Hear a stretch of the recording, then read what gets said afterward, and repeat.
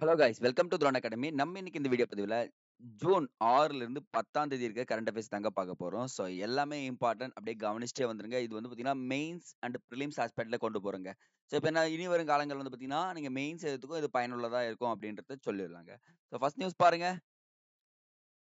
மெக்னஸ் Carlsen Norway chess போட்டியில் 2025 வெற்றி பெற்றிருக்காங்க. கிட்டத்தட்ட கார்ல்சன் வந்து பார்த்தீங்கன்னா 7வது முறையாக என்ன பண்றாங்கன்னா நார்வே செஸ் பட்டத்தை வென்றிருக்கிறார் அப்படின்னு சொல்றாங்க. ஸோ இந்த இடத்துல ரொம்ப ரொம்ப இம்பார்ட்டன்ட் இவருங்க. நெக்ஸ்ட்டுங்க. கல்வராயன் மலைப்பகுதியில் வசித்து வரும் பழங்குடியின சமூகத்தை சேர்ந்த ராஜேஸ்வரி என்பவர் ரொம்ப ரொம்ப இம்பார்ட்டன்ட் இந்திய தொழில்நுட்ப கல்வி கழகத்தில் இடம்பெற்றுள்ளார். பாருங்க, இவங்க அரசு பழங்குடியின உறைவிட பள்ளியில் படித்து தற்போது ஐஐடி கல்லூரியில் சேர்த்து தேர்ந்தெடுக்கப்பட்ட முதல் தமிழக மாணவி அப்படின்ற ஒரு பெருமையை சேர்த்திருக்காங்க. பாருங்க, அப்ப கவர்மெண்ட் ஸ்கூல்லயும் படிச்சு ஐஐடில போலான்றத ப்ரூஃப் பண்ணிருக்காங்க ராஜேஸ்வரி. வாழ்த்துக்கள்ங்க. நெக்ஸ்ட்டுங்க. ஆ தூய்மை மிஷன் திட்டம் அப்படின்னு ஒரு திட்டத்தை அறிவிச்சிருக்காங்க. என்னன்னா, சென்னை மாநகராட்சி மேயர் வந்து பார்த்தீங்கன்னா, நகரத்தில் நீடித்த மற்றும் நிலையான கழிவு மேலாண்மைக்காக தூய்மை மிஷன் எனும் திட்டத்தை தொடங்கி வைத்தார். அப்ப தூய்மை மிஷன்னா எந்தெந்த பகுதினா, சென்னை மாநகராட்சியில் இருக்க அந்த கழிவு மேலாண்மைக்காக உருவாக்கப்பட்ட ஒரு திட்டம் தான். தொடங்கியவர் மேயர் அப்படின்றத நோட் பண்ணிக்கங்க. நெக்ஸ்ட். தமிழக முதல்வர் 2025ஆம் ஆண்டிற்கான கலைஞர் கருணாநிதி செம்மொழி தமிழ் விருதினை பிரபல தமிழ் அறிஞர் தாயம்மாள் அரவாணனுக்கு குடுத்திருக்காங்கப்பா. அப்போ தாயம்மாள் அப்படின்றது ஞாபகம் வச்சுக்கோங்க. 2025 கலைஞர் செம்மொழி விருது யாருக்கு? தாயம்மாள். அடுத்ததுங்க. ஸோ புதிய ராம்சார் தலங்கள் நம்ம பார்த்திருப்போம். ராம்சார் தலங்கள் கன்வென்ஷன் வந்து பார்த்தீங்கன்னா 1971ஆம் ஆண்டு சம்திங் போட்டிருப்பாங்க. அப்ப இந்த இந்த பிளேஸ் முக்கியங்க. எங்கன்னா ஈரான் என்ற ஒரு நாட்டுல இருந்து தான் ராம்சார் கன்வென்ஷனே கொண்டு வந்திருப்பாங்கப்பா. எங்கங்க? ஈரான். இப்ப என்ன ஆயிடுச்சுன்னா, இந்தியாவுல மொத்தம் 91 ராம்சார் தலங்கள் இருக்குங்க. எத்தனைங்க? 91 ராம்சார் தலங்கள் இருக்கு. இதுல இப்ப 2 புதுசா சேர்த்திருக்காங்க. அந்த எந்த பகுதின்னு கேட்பாங்கப்பா. பாருங்க, பலோடியில் உள்ள கிச்சான் மற்றும் உதய்பூரில் உள்ள மோனர். சரிங்களா? இந்த மேனார்ன்றது வந்து பார்த்தீங்கன்னா, பாருங்க, கிச்சான், மேனார் அப்படின்றது உத்தரப்பிரதேஷ் மீன் ராஜஸ்தான்ல இருக்குங்க. ஸோ நோட் பண்ணி வச்சுக்கங்க. இந்தியாவில் ராம்சார் தலங்களின் எண்ணிக்கை வந்து பார்த்தீங்கன்னா 91 அப்படின்றத தெரிஞ்சுக்கணும். ஸோ இதெல்லாம் கொஸ்டின்ஸா அப்படியே ஃப்ரேமா இருக்கும். ஒரு விஷயம் கேட்டிருந்தாங்க. ராம்சார் தலங்களின் எண்ணிக்கை எவ்வளோன்னு சொல்லிட்டு கேட்டிருந்தாங்கப்பா. நெக்ஸ்ட். இந்தியாவில் பால் உற்பத்தி 2023, 24 இந்த அறிக்கை வெளியிட்டிருக்காங்க. அப்ப இந்தியா பால் உற்பத்தியில் முதலிடத்தில் இருக்குங்க. கிட்டத்தட்ட 25% உலக அளவில பங்களிப்பு குடுத்திருக்காங்க. அப்ப பாருங்க, 25% பால் உற்பத்தி எங்க நடக்குதுன்னா, நம்ம இந்தியாவுல தான் நடக்குது அப்படின்னு சொல்றாங்க. அப்ப பால் உற்பத்தியில் முதன்மை மாநிலம் சொல்லிட்டு கேட்கறதுக்கு வாய்ப்பு இருக்கா பாருங்க. உத்தரப்பிரதேச மாநிலம் முதலிடத்தில் இருக்கிறது. நம்ம உத்தரப்பிரதேசத்த இம்பார்ட்டன்ட் வச்சுக்கணும். ஸோ அடுத்து பாருங்க, இந்தியாவில் மொத்த பால் உற்பத்தியில் கிட்டத்தட்ட உத்தரப்பிரதேசம் 16.21% பூர்த்தி செய்கிறது. ஏன்னா நம்ம பார்த்திருப்போம், இந்த பசுக்கள் அதிகமா இருக்கிற இடமும் உத்தரப்பிரதேசம் தான் சொல்றாங்க. ஆனா பாருங்க, பால் உற்பத்தியில் மேற்கு வங்காளம் என்ற மாநிலம் வேகமாக வளர்ச்சி பாதையை ஆ செலுத்தி வருகிறது. இப்ப உத்தரப்பிரதேசம் இருக்குன்னு வச்சுக்கோங்களேன், அப்படியே வேகமா வந்துட்டு இருக்காங்க. கிட்டத்தட்ட ஒரு 15% வந்துட்டாங்கப்பா மேற்கு வங்கம்ன்றது. ஸோ இது நல்ல விஷயங்க. அடுத்தது. இந்தியாவில் சுற்றுச்சூழல் நிலை குறித்து புள்ளி விவரங்கள் 2025 கொஞ்சம் மோசமா தாங்க இருக்கு. ஏன்னா சுற்றுச்சூழல், வேளாண்மை, பொது சுகாதாரம், மனித மேம்பாடு 4 கருப்பொருட்கள் பகுதியில் 48 குறியீடுகள் வச்சிருப்பாங்களாம். சுற்றுச்சூழல பத்தி தெரிஞ்சுக்கணும்னா, சுற்றுச்சூழல் இருக்கணும், வேளாண்மைக்கு, பொது சுகாதாரம் இருக்கணும், மனித மேம்பாடு இருக்கணும். இதெல்லாம் வச்சு 48 குறியீடுகளை பயன்படுத்தியிருக்காங்க. இந்த அறிக்கையானது 36 மாநிலங்கள், ஒன்றிய பிரதேசங்களை உள்ளடக்கி இருக்குங்க. ஸோ பாருங்க, இதுல நோட் பண்ணிக்கங்க. ஆந்திர பிரதேசம், சிக்கிம், கோவா முதலிடத்தில் இருக்கு. ஆனா தனித்தனிப்பட்ட எல்லாத்துலயுமே முதலிடத்தில் இருக்குன்னு சொல்லக்கூடாது. தனித்தனி பிரிவுல. அனைத்து களங்களிலும் மிக நிலையான செயல்திறன் கொண்ட மாநிலம் எதுவுமே கிடையாது. யாருமே பெஸ்ட் பெர்ஃபார்மன்ஸ் குடுக்கல. இப்போ காடுகள்ல ஒருத்தர் குடுப்பாங்க. பொது சுகாதாரத்த கேரளா குடுக்குது. மனித வள மேம்பாட்டுல ஒருத்தர் குடுப்பாங்க. அப்படிதான் வந்துட்டு இருக்கும். அப்போ சுற்றுச்சூழல் மேலாண்மையில் ஆந்திர பிரதேசம் முன்னிலை வகிக்கிறது. அப்போ ஆந்திரா சுற்றுச்சூழல்ல ஃபர்ஸ்ட் பிளேஸ்ங்க. பொது சுகாதாரம் உட்கட்டமைப்பு கோவா சிறந்து இருக்குங்க. பொது சுகாதார உட்கட்டமைப்பு கோவா. உத்தரப்பிரதேசம், மகாராஷ்டிரா நோட் பண்ணிக்கங்க. உத்தரப்பிரதேசம், மகாராஷ்டிரா, பீகார், மேற்கு வங்கம் ஆகியவை அனைத்து பிரிவுகளும் மோசமான தரவரிசையில் உள்ளது. இது எல்லாமே உங்களுக்கு மெயின்ஸ்ல எழுதுறதுக்கு யூஸ்ஃபுல்லா இருக்கும். சோசியல் இஷ்யூஸ்ல. சரிங்களா? ஸோ மெயின்ஸ் ஆஸ்பெக்ட்ல இது ரொம்ப இம்பார்ட்டன்ட்ங்க. நெக்ஸ்ட்ங்க. உலக சுற்றுச்சூழல் தினம் ஆ ஜூன் 5. எப்பவுமே நம்ம பார்த்திருப்போம். என்விரான்மென்ட் டே வந்து பார்த்தீங்கன்னா, ஜூன் 5 தான். சுற்றுச்சூழலை பாதுகாப்பதற்கான விழிப்புணர்வை நடவடிக்கைகளை ஊக்குவிப்பதமாக கொண்டுள்ளதுன்னு சொல்றாங்க. இந்த தினமானது 1972ஆம் ஆண்டு ஸ்டாக்ஹோமில் நடைபெற்ற ஐக்கிய நாடுகள் சபையில் மனித சுற்றுச்சூழல் குறித்த மாநாட்டின் போது நிறுவப்பட்டது. ஸ்டாக்ஹோம் கன்வென்ஷன்ல சொல்லியிருப்பாங்க. அப்ப 1973ஆம் ஆண்டு ஒன்லி ஒன் எர்த் என்ற கருத்துடன் முதல் உலக சுற்றுச்சூழல் தினம் அனுசரிக்கப்பட்டது. ஆனா இப்ப 2025ஆம் ஆண்டிற்கான கருப்பொருள் என்ன? Putting an end to plastic pollution அப்படின்னு சொல்லியிருக்காங்க. இந்த பிளாஸ்டிக் பொல்யூஷன நம்ம என்ன பண்ணணும்? தடுக்கணும் அப்படின்னு சொல்லி சொல்லியிருக்காங்க. அப்ப என்விரான்மென்ட் டே சுற்றுச்சூழல் தினம் எப்பன்னு பார்த்தீங்கன்னா, ஜூன் 5 அப்படின்றத நீங்க தெரிஞ்சுக்கணுங்க. அடுத்தது பிரிக்ஸ் அப்படின்னு குடுத்துருக்காங்க. சார் பிரிக்ஸ்னா பிரிக்ஸ் மாநாடு நம்ம பார்த்திருப்போம் எங்கெங்கலாம் நடந்துச்சுன்னு சொல்லிட்டு. பட் ஆனா அந்த பிரிக்ஸ் மாநாட்டுல பாராளுமன்ற மாநாடுன்னு ஒண்ணு இருக்குங்க. பிரிக்ஸ்ல 11வது பாராளுமன்ற மாநாடு பிரேசிலின் பிரேசிலியா அப்படின்ற நகரில் நடந்தது அப்படின்னு சொல்லிட்டு சொல்றாங்க. கிட்டத்தட்ட 10 உறுப்பினர்கள் பிரிக்ஸ்ன்னு பார்த்தீங்கன்னு வச்சுக்கோங்களேன், ஒரு 5 உறுப்பினர்கள் தான் நெனச்சிருக்கீங்க. பிரேசில், ரஷ்யா, இந்தியா, சைனா, லாஸ்ட்டா சேர்ந்தது தான் சவுத் ஆஃப்ரிக்கா. பட் ஆனா இப்ப என்ன ஆயிடுச்சுன்னா 10 உறுப்பினர்கள் ஆயிட்டாங்க. ஆனா பிரிக்ஸோட ஃபுல் ஃபார்ம் பார்த்தீங்கன்னா 5 பேர் தான் அப்படின்னு வச்சுக்கங்க. ஸோ பாருங்க இந்த இடத்துல ஈரான், ஐக்கிய அரபு, எகிப்து, எத்தோப்பியா, இந்தோனேஷியா அப்படின்னு சொல்லிட்டு வராங்க. ஸோ இந்தியா இந்த மன்றத்தின் போது அடுத்த ஆண்டு நடத்தப்படவுள்ள 12வது பிரிக்ஸ் பாராளுமன்ற மாநாட்டின் தலைமை பொறுப்பை ஏற்றது. இப்ப உங்களுக்கு புரிஞ்சிருக்கும். ஏன் இந்த பாராளுமன்ற மாநாடு இத்தன நாளா நமக்கு இம்பார்ட்டன்ஸ் கிடையாது. நம்ம எதனா ஒரு விஷயத்த தலைமை ஏற்றோம்னா, அது என்ன ஆகுது?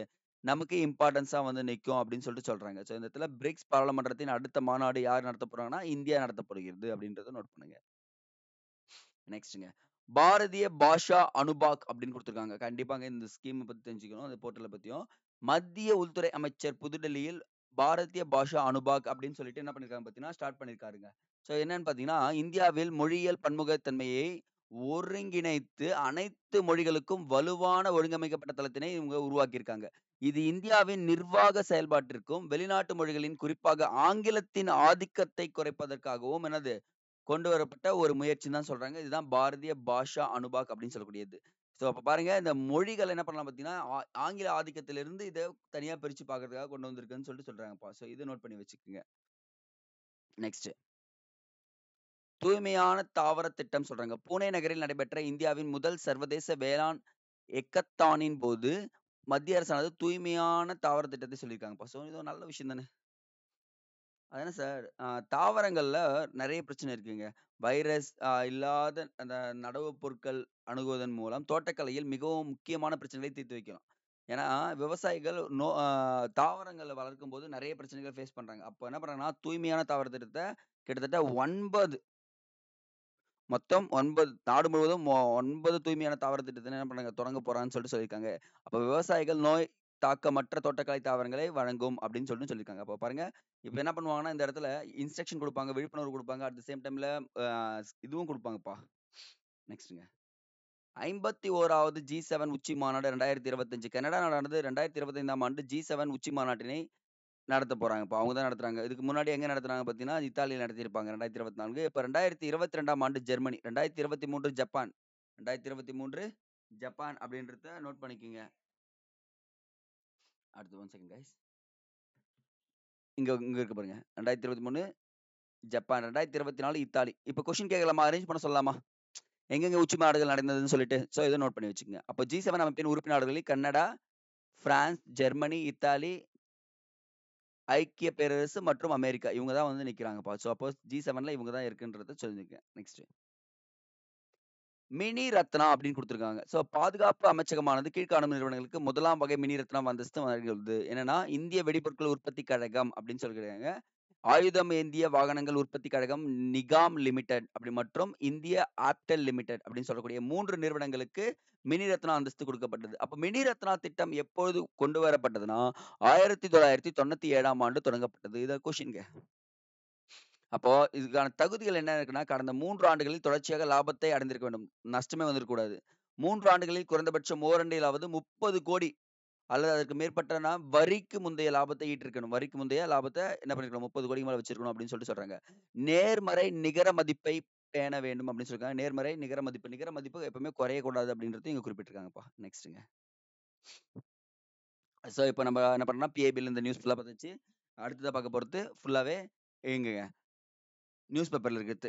ஆ இப்போ பிரதமர் மோடி என்ன பண்ணியிருக்காருன்னா, ஜம்மு காஷ்மீர்ல நெறைய திட்டங்கள் அறிவிச்சிருக்காருங்க. அது பாருங்க, உலகின் மிக உயரமான ரயில் வளைவு பாலம் எங்க அமைக்கப்படுதுன்னு வச்சுக்கோங்க. 1 செகண்ட் பின் மட்டும் கொஞ்சம் ஒர்க் பண்ணல.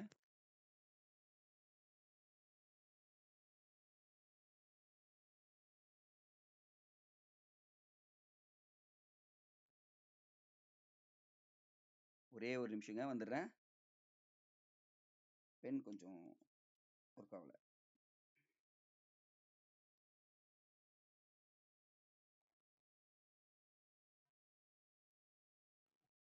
ஸோ பாருங்க, ஜம்மு காஷ்மீர்ல செனாப் பாலம் அப்படின்னு சொல்லிட்டு சொல்லியிருக்காங்கப்பா. எங்கன்னு பார்த்தீங்கன்னா, உலகின் மிக உயரமான ரயில் வளைவு பாலம் அதுதான் சொல்லியிருக்காங்க. கிட்டத்தட்ட 359 மீட்டர் நீளம் கொண்டதாங்க. அப்ப பாருங்க, அ நானு அ வளைவு இடைவெளின்னு பார்ப்பாங்கல்ல, வளைவு இடைவெளிலாம் வந்து பார்த்தீங்கன்னா இருக்குன்னு சொல்லுங்க. ஜம்மு காஷ்மீரின் ரியாசி மாவட்டத்தில் கௌரி மற்றும் பக்கல் பகுதிகளை இணைக்கும் பாலம் அப்படின்றாங்க.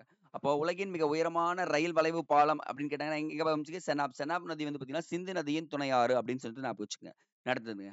அஞ்சி பாலம் குடுத்துருக்காங்க. இந்தியாவின் முதல் கேபிள்களால் தாங்கப்பட்ட ரயில் பாலம் எதுன்னு பார்த்தீங்கன்னா, அஞ்சி பாலம்ங்க. நம்ம நெறைய ஹாலிவுட் படத்துல பார்த்திருப்போம்.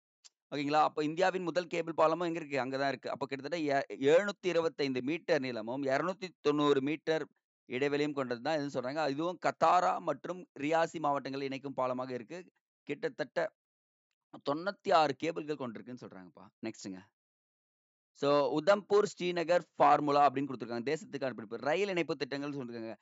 ஜம்மு காஷ்மீர் இந்தியாவின் பிற பகுதிகளை இணைக்கும் ரயில் திட்டம்னு சொல்லியிருக்காங்க. கிட்டத்தட்ட 36 சுரங்க பாதைகளுடன் கூடிய 272 கிலோமீட்டர் அடங்கிய 3 நகர்களை இணைக்க போறாங்க. உதம்பூர், ஸ்ரீநகர், பாராமுல்லா அப்படின்னு சொல்லக்கூடிய இடங்கள். அடுத்தது 2 வந்தே பாரத் ரயில்கள் சொல்லியிருக்காங்க. ஸ்ரீ மாதா வைஷ்ணவி தேவி கத்ரா, ஸ்ரீநகர் ஸ்ரீ மாதா வைஷ்ணவி தேவி கத்ரா அப்படின்னு சொல்லக்கூடிய இடங்கள்ல என்ன பண்ண போறாங்க? ஆ வச்சிருக்காங்கப்பா. அப்ப பாருங்க, ரொம்ப ரொம்ப இம்பார்ட்டன்ட். அந்த வந்தே பாரத் ரயில் ஸ்ரீநகருக்கு முதல் ஓரளவு அதிவேக ரயில்னா இதுதான். சுற்றுலா பயணிகளை இணைக்கும் விதமாக இருக்கா பாருங்க. இப்போ நமக்கு இந்த பகல்காம் தாக்குதல் நடந்த உடனே சுற்றுலா பயணிகள் போறத குறைச்சுட்டாங்க. பட் ஆனா இந்த விஷயங்கள் எல்லாமே பார்த்தீங்கன்னா, நம்ப டெவலப் பண்ணி காமிக்கிறோம். நாங்க விழுந்தாலும் எழுந்துச்சுப்போம் அப்படின்னு சொல்லிட்டு குடுத்துருக்காங்க. இது ஒரு நல்ல விஷயங்க ஜம்மு காஷ்மீருக்கு பண்ணது. நோட் பண்ணி வச்சுக்கங்க. தொழிலாளர்களை தேடி மருத்துவ திட்டம் 30,506 பேருக்கு இணை நோய்களை கண்டுபிடிப்பு அப்படின்னு சொல்றாங்க. இப்ப நீங்க ஒரு இடத்துல வேலை செஞ்சுட்டு இருக்கீங்கன்னா, அந்த இடத்துக்கே போயிட்டு என்ன பண்றாங்க? தொழிலாளர்களை தேடி மருத்துவ திட்டத்த சொல்லியிருக்காங்க. முக்கியமா சர்க்கரை நோய், உயர் அழுத்த நோய் இது எல்லாமே கண்டுபிடிச்சு அதுக்கான மெடிசின்ஸும் குடுக்க ஆரம்பிச்சுட்டாங்கப்பா. இது கவர்ன்மெண்ட் எடுத்த விஷயம்.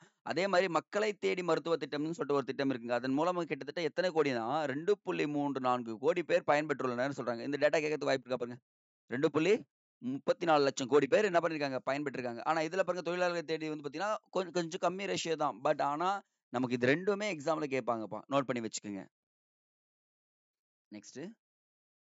தமிழக அரசு சுற்றுச்சூழல் நிதிக்கான அரசாகவும் விளங்கும் அப்படின்னு சொல்லியிருக்காங்க. தமிழக அரசு நெறைய முன்னெடுப்புகள் எடுத்திருக்காங்க. அதுலயும் பாருங்க, இந்த தமிழ்நாடு ஈரநில இயக்கம் தொடங்கி, இந்தியாவிலே அதிகபட்சமாக ராம்சார் தலங்களை கொண்டது வந்து பார்த்தீங்கன்னா, தமிழ்நாடு தாங்க. 21 ராம்சார் தலங்கள்ங்க. நோட் பண்ணுங்க காய்ஸ். இதெல்லாம் கொஸ்டின்ஸ். ஏன்னா 91 ராம்சார் தலங்கள்ல எவ்வளோ வச்சிருக்காங்க பார்த்தீங்கன்னா, 21 ராம்சார் தலங்கள வச்சிருக்காங்கன்னு அப்படின்னு சொல்றாங்க. ஸோ அது அது மட்டும் இல்லாம, கிரேட்டர் ஃப்ளெமிங்கோ அப்படின்னு சொல்லக்கூடிய ஒரு பறவைன்னு சொல்லுவாங்க. அதுக்கு வந்து பார்த்தீங்கன்னா, ஆ மன்னார் வளைகுடா மற்றும் தனுஷ்கோடியில் கிரேட்டர் ஃப்ளெமிங்கோ சரணாலயம் அமைக்க போறதாகவும் தெரிவிச்சிருக்காங்கப்பா. ஸோ அப்ப பாருங்க, இந்த இடத்துல ரொம்ப ரொம்ப இம்பார்ட்டன்ட். கிரேட்டர் ஃப்ளெமிங்கோவுக்கு முதல்ல இந்தியாவிலே அமைச்சது யாருன்னு பார்த்தீங்கன்னா, இவங்க தான் சொல்லிட்டு சொல்றாங்க. நோட் பண்ணி வச்சுக்கங்க. அடுத்தது, மஞ்சப்பை மக்கள் இயக்கமாக மாறும். பிளாஸ்டிக் மாசு கட்டுப்பாட்டை எதிர்த்து போராட மீண்டும் மஞ்சப்பை திட்டம் தொடங்கப்பட்டுள்ளது. ஆல்ரெடி நம்ம மஞ்சப்பை திட்டத்த பத்தி நெறையவே பார்த்திருக்கோம். ஸோ மீண்டும் மஞ்சப்பை திட்டத்த வந்து பார்த்தீங்கன்னா, தொடங்க போறேன்னு சொல்லியிருக்காங்க. இதுவும் ஒரு நல்ல விஷயம் தாங்க. நெக்ஸ்ட். ஸோ ரொம்ப ரொம்ப இம்பார்ட்டன்ட். கொஞ்சம் ஒரு டைம் எடுத்தே சொல்லிடுறேன். வட்டி விகிதம் தொடர்ந்து 3வது முறையாக குறைப்பு. RBI, reserve bank of India அப்படின்னு சொல்லியிருக்காங்க. நமக்கு தெரிஞ்சுக்க வேண்டியது ஆட்டோமேட்டிக்கா repo rate, reverse repo rate. Reverse repo rate. நல்லா தெரிஞ்சுங்க. இந்த 2 கான்செப்ட் தெரிஞ்சுச்சுன்னா நீங்க தாங்க கிங்கு. ரெப்போ ரேட்னா ஆர்பிஐ பேங்க்குக்கு கடன் கொடுப்பாங்க. ரெப்போ ரேட்னா ஆர்பிஐ பேங்க்குக்கு, இங்க பேங்க் இருக்கும். பேங்க்கு, இது ஆர்பிஐன்னு வச்சுக்கோங்க. ஸோ ஆர்பிஐ குடுப்பாங்க. கிட்டத்தட்ட இப்ப எவ்வளோ குறைச்சிருக்காங்கன்னா, 6% 5.50வா குறைச்சிருக்காங்க. சரியான விஷயங்க. அப்படியே பாருங்க, ரிவர்ஸ் ரெப்போ ரேட்னா பேங்க் ஆர்பிஐ குடுப்பாங்க. அவங்க ஒரு சர்டன் ஆஃப் இன்ட்ரெஸ்ட் வச்சிருப்பாங்க. இதுதாங்க repo rate and reverse repo rate அப்படின்னு சொல்லக்கூடியது. ஸோ இப்போ ரெப்போ ரேட்ட குறைக்கிறதால என்ன ஆகும்னா, ஆர்பிஐ வந்து பார்த்தீங்கன்னா, ரெப்போ ரேட்ட குறைச்சுட்டாங்க. அப்ப வட்டி விகிதத்த குறைச்சுட்டான்னா, அப்ப பேங்க்காரன் போய் ஆர்பிஐ கிட்ட கடன் வாங்குவானா? அந்த கடன் வாங்குறதால பேங்க்குக்கு பணம் அதிகமா இருக்கும்.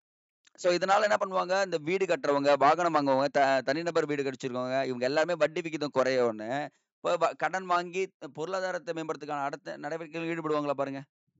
நெறைய பேருக்கு பயன் இருக்குங்க. அதே மாரி சார் நீங்க பேங்க் அக்கவுண்ட் ஓப்பன் பண்றீங்கன்னா, மினிமம் கேஷ் ரேஷியோ வைக்கணும்னு சொல்லுவாங்க.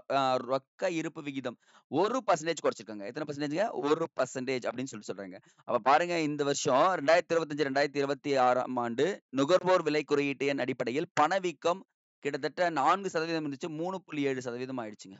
பணவீக்கம் குறைக்கப்பட்டுள்ளது. இதுதான் இம்பார்ட்டன்ட். பணவீக்கம் 3.7%.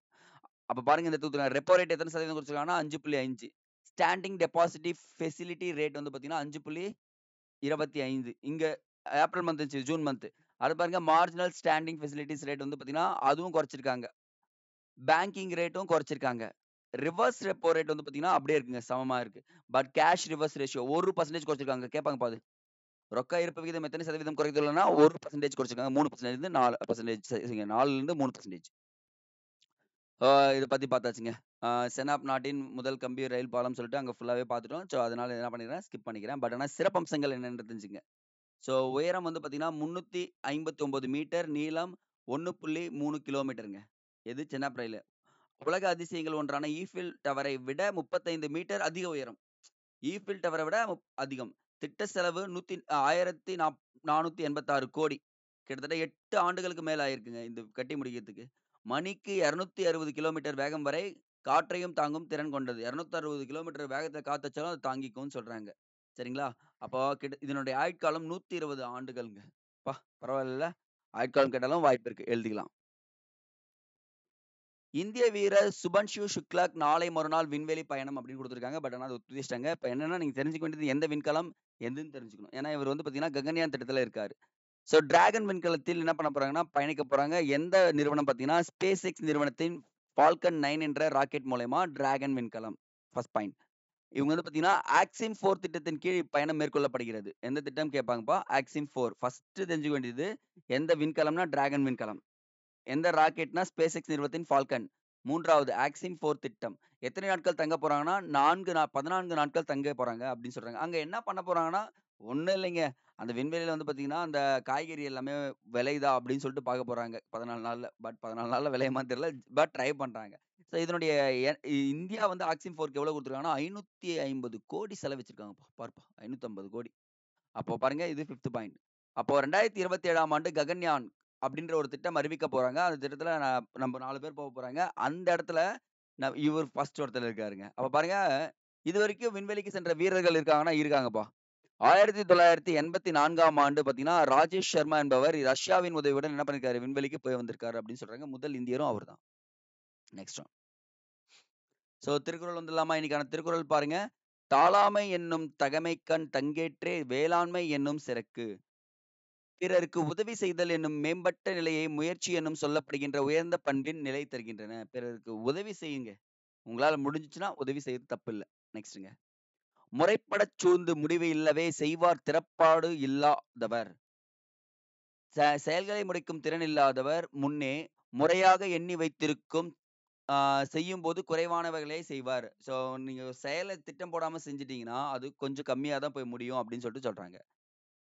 "குணன் இல்லனாய்க் குற்றம் பல ஆயின் மற்றார்க்கு இனநிலனாம் ஏமாப்பு உடைத்து." ஒருவன் குணன் இல்லாதவனாக குற்றம் பல உடையவனால் அவன் துணை இல்லாதவன் ஆவான்.